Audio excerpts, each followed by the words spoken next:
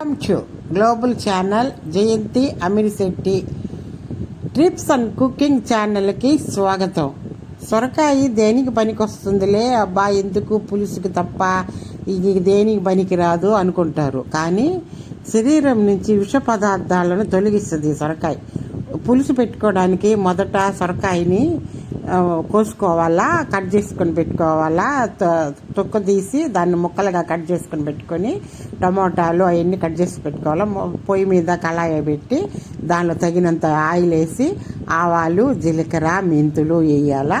అవి చిటపటలాడిన తర్వాత కాసింత చిటపటలాడిన తర్వాత వాటిల్లో ఎండుమిర్చి, మినప్పప్పు అవి వేసి అవి కాగిన తర్వాత అవి తర్వాత తరిగి పెట్టుకున్న ఉల్లిపాయలు వేయాలా. తరిగి పెట్టుకున్న ఉల్లిపాయలు వేసేసి అవి కొద్దిగా వేగిన తర్వాత పచ్చిమిర్చి కరివేపాకు వేసేసి పచ్చిమిరపకాయ వేసి అవి మళ్ళీ కాగిన తర్వాత విటమిన్ సి ఉంటుంది ఈ సొరకాయలోను.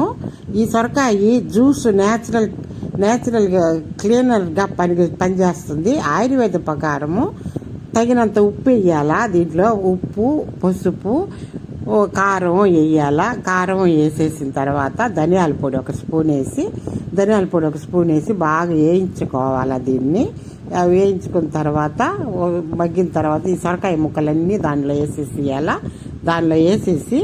సొరకాయ ముక్కలన్నీ దాంట్లో వేసేసి ఇది చింతపండు బాగా కలిపేసేసి మొత్తం ఈ చింతపండు పులుసు తీసి పెట్టుకున్నాం కదా, చింతపండు పులుసు వేసేసేయాలా. చింతపండు పులుసు వేసిన తర్వాత కొంచెంసేపు బాగా అది అంత మొత్తం కదుపుకొని మొత్తం సొరకాయ మొత్తం కదుపుకొని దాన్ని మూత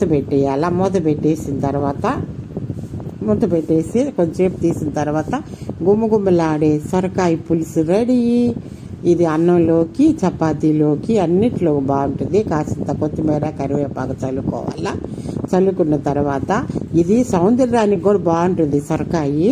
సొరకాయ ఎంత మంచిదంటే సొరకాయ ముక్కలుగా చేసుకొని పుదీనాకులు, అల్లం వేసి బైండర్ చేసి మెత్తగా అయ్యే వరకు బ్లైండ్ చేయాలి. దీనికి ఉప్పు, మిరియాల పొడి, జీలకర్ర పొడి, నిమ్మరసం వేసి బాగా కలుపుకొని దీన్ని వడబోసుకొని ఇష్టముగా తాగితే జ్యూస్ మంచిది.